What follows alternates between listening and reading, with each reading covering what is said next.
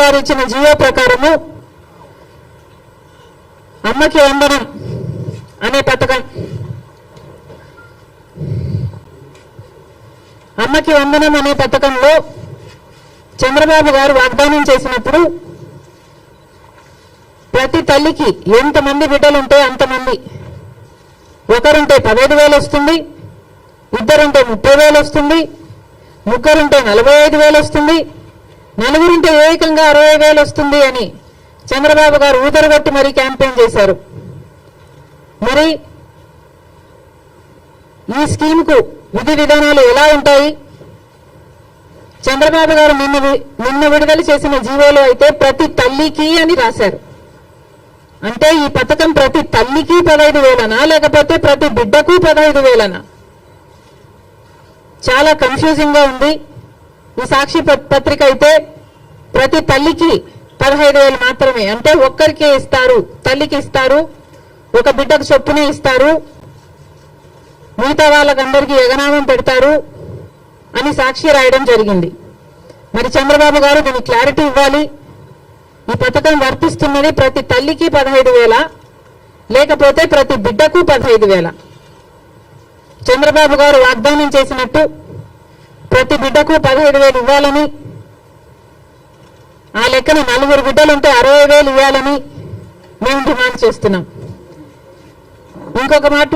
ఇంకో మారు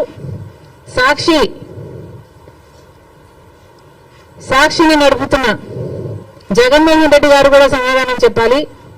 ఇలాగే జగన్మోహన్ రెడ్డి గారు కూడా అమ్మఒడి అనే పథకం ఆయన ముఖ్యమంత్రి కాకముందు అమ్మఒడి పథకం కింద మేము ప్రతి బిడ్డకు 15,000 ఇస్తాము అని ఆ రోజు వాగ్దానం చేశారు.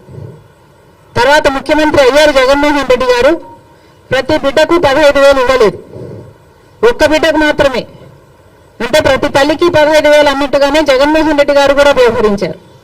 మరి జగన్మోహన్ రెడ్డి గారికి ఆ వాగ్దానం గుర్తులేదేమో ఈరోజు చంద్రబాబు గారు గురించి రాస్తున్నారు. జగన్మోహన్ రెడ్డి గారు కూడా ఇదే వాగ్దానాన్ని ఇచ్చి మాట తప్పడం జరిగింది.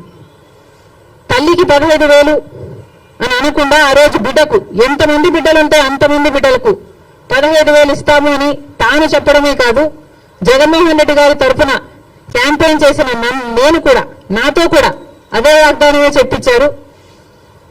ఆ రోజుల్లో నేను కూడా జగన్మోహన్ రెడ్డి గారు ఈ పథకాన్ని అమలు చేస్తారు అని నమ్మి బాయ్ బాయ్ బాబు క్యాంపెయిన్ లో నేను కూడా ప్రచారం చేయడం జరిగింది. కానీ జగన్మోహన్ రెడ్డి గారు ముఖ్యమంత్రి అయిన తర్వాత అమ్మఒడి పథకం కింద కేవలం ఒక బిడ్డకు మాత్రమే ఇవ్వడం జరిగింది. జగన్మోహన్ రెడ్డి గారు ఒక బిడ్డకే ఇచ్చారు, ఇప్పుడు చంద్రబాబు గారు కూడా ఒక బిడ్డకే ఇస్తారు అని అర్థం వచ్చేటట్టుగా నిన్న జీవోలో ప్రతి తల్లికి 15,000 అని రాయటం జరిగింది. కాబట్టి చంద్రబాబు గారు దీని మీద క్లారిటీ ఇవ్వాల్సిన అవసరం ఉంది అని కాంగ్రెస్ పార్టీ డిమాండ్ చేయడమే కాకుండా ప్రతి బిడ్డకు మీరు వాగ్దానం చేసినట్టు సూపర్ 6 లో ఉన్న ప్రతి వాగ్దానం నిలబెట్టుకోవాలని కాంగ్రెస్ పార్టీ చంద్రబాబు గారిని, కూటమిని డిమాండ్ చేస్తున్నాం. ఇక ఇటీవల క్రియేట్ చేస్తున్న confusion Visakhapatnam steels, Vizag steel కు సంబంధించి తెలుగుదేశం పార్టీ ప్రజాప్రతినిధులే రకరకాలుగా మాట్లాడుతున్నారు. ఒకరేమో అది లాస్ మేకింగ్ కంపెనీ, అమ్మక తప్పదు అని ఒక రకంగా మాట్లాడతారు, ఇంకొకరేమో ప్రైవేటైజ్ చేయము అని మాట్లాడతారు. అసలు విశాఖ స్టీల్ కు ఇంత ప్రమాదం ఎందుకు వచ్చిందో ఆంధ్ర రాష్ట్ర ప్రజలందరూ కూడా ఆలోచన చేయాలి. అధికారంలో ఉన్న బీజేపీ పార్టీ అయితేమి, ఇక్కడ అధికారంలో ఉన్న చంద్రబాబు గారు అయితేనేమి ఆలోచన చేయాలి. అసలు వైజాగ్ స్టీల్ కి ఇంతవరకు క్యాప్టివ్ మైన్ అనేది లేకుండా పోయింది.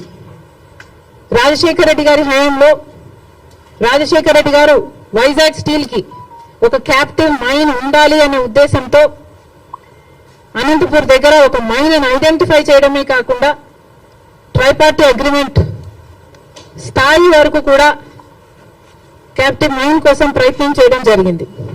తర్వాత వచ్చిన ముఖ్యమంత్రులు ఎవరు పని పట్టించుకోవడం మనం చూడలేదు. రాజశేఖర రెడ్డి గారు ముఖ్యమంత్రిగా ఉన్నప్పుడు ఆర్థికంగా కూడా వైజాగ్ స్టీల్కి 100 కోట్లు ఇచ్చి ఆదుకోవడం జరిగింది.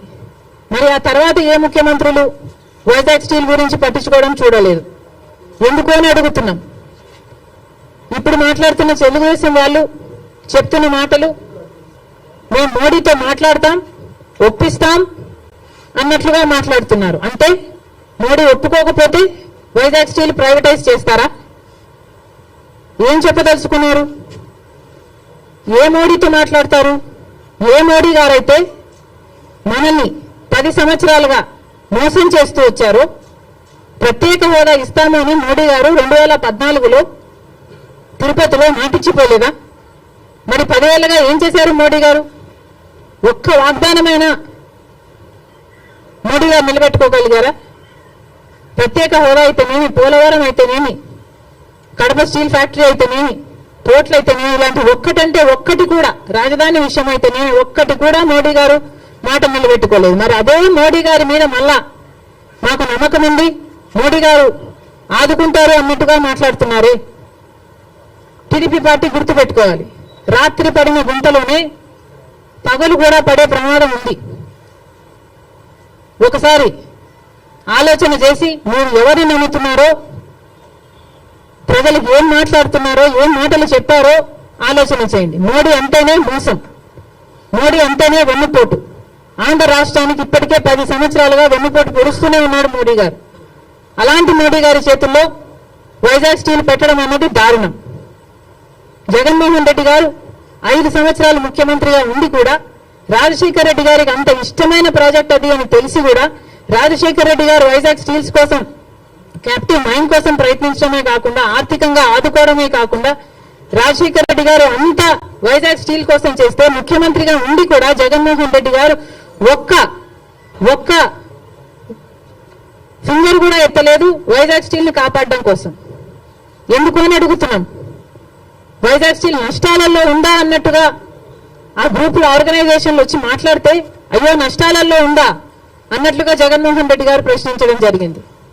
ఇప్పుడు చంద్రబాబు గారేమో నోరిప్పకుండా వాళ్ళ చేత కన్ఫ్యూజింగ్ స్టేట్మెంట్స్ ఇప్పిస్తున్నారు.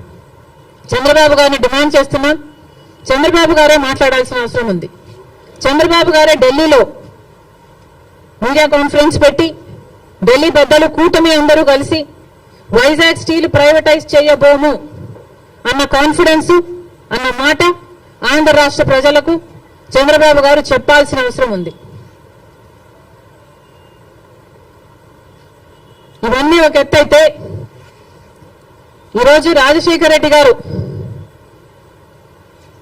ఉమ్మడి ఆంధ్ర రాష్ట్ర నాయకుడిగా 2 సార్లు గెలిచిన నాయకుడు.